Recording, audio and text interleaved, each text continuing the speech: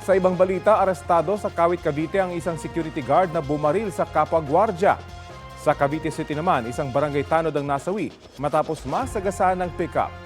Balitang hatid ni EJ Gomez. Isa ang patay sa pang-aararo ng isang pick-up sa 3 sasakyan sa Cavite City. Base sa investigasyon, bumangga ang pick-up sa isang motorsiklo. Hanggang tamaan naman ng motor ang isa pang motor. Nagtuloy-tuloy pa umano ang pick-up sa pag-andar. Hanggang masagasaan ito ang isang nagpapatrolyang tanod.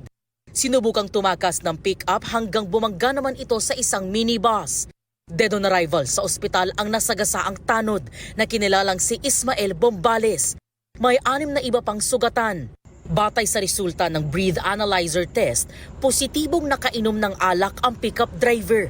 Ang live-in partner ng nasawing biktima humihingi ng hustisya sa pangyayari. Hindi ko maano yung expression na nararamdaman ko. Lalo na ngayon, yung anak ko, baby pa. Bago siya lang yung kasama ko sa bahay. Siya lang yung katuwang ko. Sinusubukan pang kunan ng pahayag ang sospek na nakakonfine sa ospital. Nang dahil umano sa pangbubuli, patay ang isang security guard sa Kawit, Cavite ng barili ng kapwa niya si Q. Ang krimen nangyari sa munisipyo ng bayan kung saan nagtatrabaho ang dalawa. Base sa investigasyon, magkasabay sa duty ang sospek at biktima. Sinundan daw ng armadong sospek ang biktima at binaril sa ulo. Nadala pa ang biktima sa ospital pero nasawi kalaunan.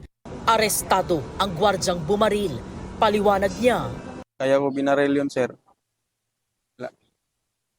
Lagi na ako minumura, sir. Tapos, lagi na ako pinapahiya sa mga maraming tao.